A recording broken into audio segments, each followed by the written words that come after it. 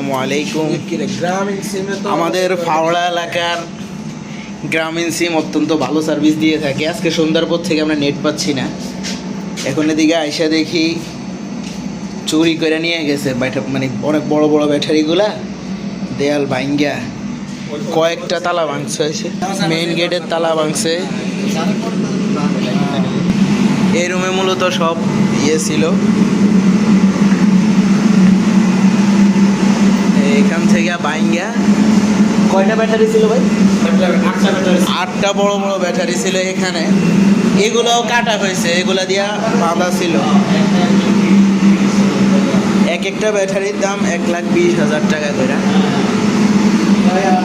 যে রুমে ব্যাটারিগুলো ছিল ওই রুমে একটা অত্যাধুনিক তালা আছে যেটা সাইরেন বাইজা ওঠে। তো ওরা এটা জানতো মাগরিবের আগে নাকি একটা প্রাইভেট কার আসছে, এই কারণে পাশের রুম থেকে ওরা এই কাজটা ঘটাইছে যাতে করে সাইরেন বাইজা না ওঠে।